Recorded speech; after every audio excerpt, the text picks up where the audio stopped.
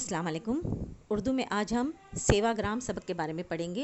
वर्धा शहर से कुछ दूर एक छोटा सा गांव सेवाग्राम है, जहां पर बापूजी की कुटिया, जिसे बापू कुटी कहते हैं, ये एक सादा सी झोंपड़ी है जो बांस और मिट्टी की बनी है। इसकी छत कवेलू की है। गांधी जी, उन्होंने ज़िंदगी के अपने आखिरी 11 साल यहाँ पर गुजारे।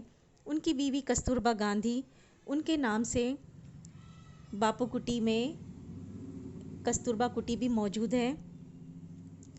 सेवाग्राम को देखने के लिए दूर दूर से लोग आते हैं और इन कुटिया को देखते हैं। कुटिया के अंदर आज भी उनकी चीज़ें मौजूद हैं, जैसे कि लाठी, लालटेन। उस ज़माने में बिजली नहीं होती थी तो लालटेन का इस्तेमाल किया जाता था। गांधी जी की घड़ी, गांधी जी का चश्मा, चरखा जिस पर वो सूत काटते थे, आज भी वहाँ पर मौजूद है।